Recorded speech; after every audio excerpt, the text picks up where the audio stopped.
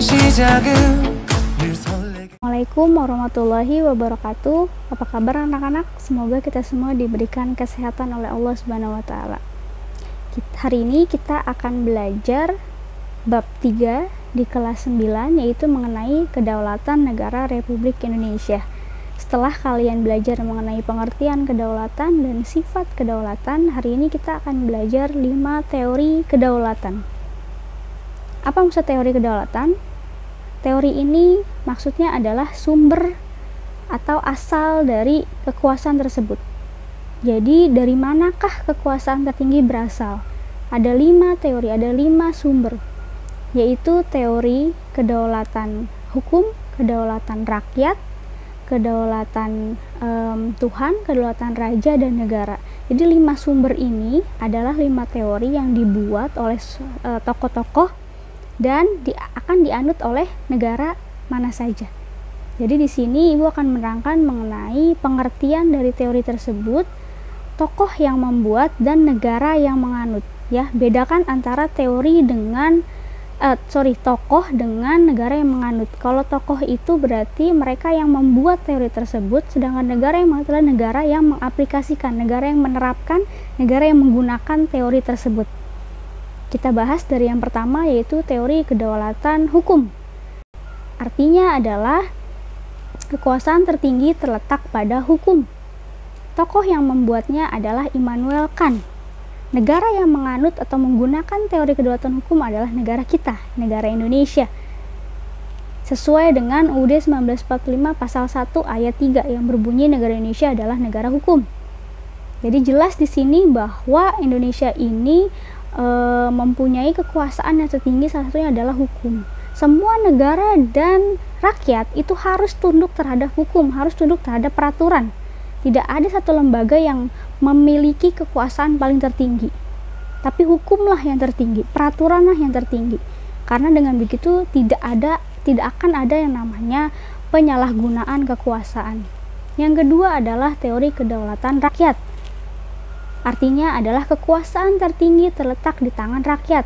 Tokoh yang menganutnya ada 3, John Locke, Montesquieu, dan J.J. Rousseau. Negara yang menganut atau negara yang menggunakan kedaulatan rakyat adalah Indonesia lagi. Jadi Indonesia itu menggunakan 2 teori kedaulatan, kedaulatan hukum dan kedaulatan rakyat. Kalau kedaulatan rakyat ini sesuai dengan UUD 1945 pasal 1 ayat 2. Negara Indonesia adalah negara yang berkedaulatan rakyat. Maksudnya apa? Melalui perwakilan pemerintah itu melalui perwakilan rakyat. Jadi dalam pemilu, rakyat itu kan langsung memilih presiden, langsung memilih anggota DPR. Mereka adalah wakil rakyat dan mereka pun diawasi, dikontrol oleh rakyat melalui siapa? Pers, wartawan. Jadi wartawan itu tugasnya adalah membagikan mengenai berita kinerja pemerintah. Jika ada yang menyeleweng, jika ada yang melanggar peraturan, rakyat bisa saja langsung menyampaikan aspirasi dan pendapatnya. Yang ketiga adalah teori kedaulatan Tuhan. Kedaulatan Tuhan adalah kekuasaan tertinggi terletak pada Tuhan.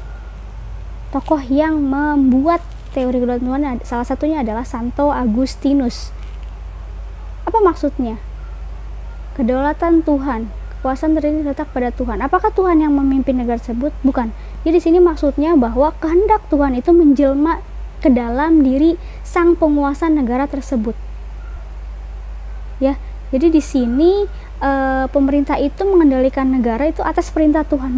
Mereka itu percaya bahwa raja mereka, penguasa mereka itu adalah jelmaan dari Tuhan atau keturunan dari Tuhan. Negara yang pernah menganut kedaulatan Tuhan adalah Jepang. Kaisar Tenno Heika. Waktu itu mereka percaya bahwa kaisar tersebut adalah keturunan dari dewa matahari. Jadi kepercayaan mereka satu adalah Tuhan mereka, salah satunya adalah dewa matahari.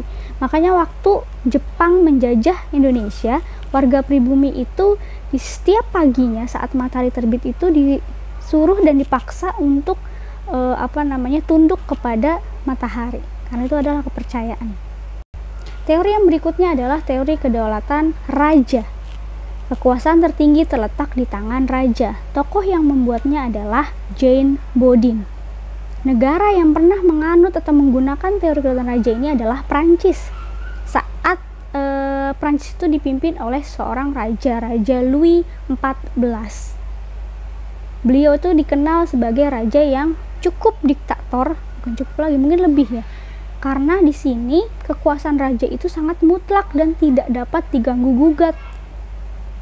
Tidak ada kebijakan raja yang bisa ditentang oleh rakyat, karena benar-benar kekuasaan itu absolut hanya untuk raja.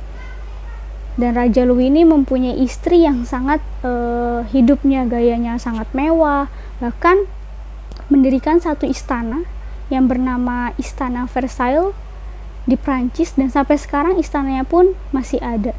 Istananya sangat amat cantik dan sangat luas. Yang terakhir adalah kedaulatan negara. Kedaulatan negara ini adalah kekuasaan yang bersumber atau berasal dari negara. Maksudnya apa? Tokoh yang membuatnya adalah George Jelinek. Jadi menurut beliau ini bahwa kedaulatan negara itu, kekuasaan itu diserahkan kepada negara atas nama pemimpin. Ya, tetap saja pemimpinlah yang memegang kekuasaan, tapi pemimpinnya itu mengatasnamakan negaranya untuk kepentingan negara. Dan lagi-lagi kekuasaannya tidak terbatas, hampir sama seperti kedaulatan raja. Tapi kalau ini mungkin lebih ke modern, bukan raja, karena pemimpinnya itu bisa saja presiden. Negara yang pernah menganut kedaulatan ini adalah Adolf Hitler di Jerman.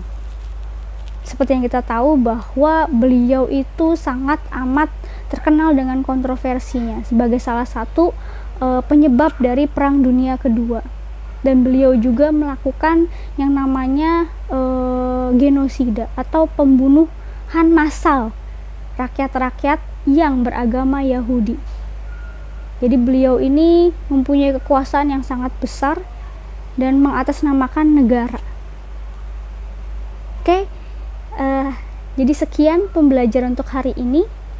Ada 5 tadi teorinya, yaitu teori kedaulatan hukum, rakyat, Tuhan, raja, dan negara. Sekian, terima kasih. Wassalamualaikum warahmatullahi wabarakatuh.